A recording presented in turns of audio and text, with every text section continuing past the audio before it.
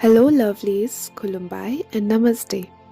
In this video, we take you on an immersive journey to a remarkable forest village situated deep within the Runikata forest range in Chirang district, Assam.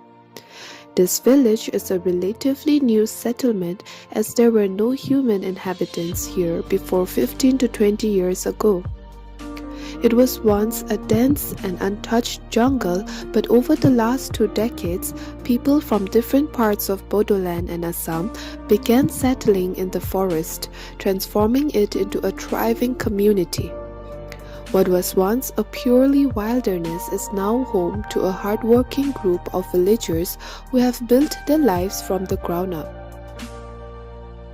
The villagers primarily depend on agriculture for their livelihood. The rich fertile soil in and around the village is ideal for farming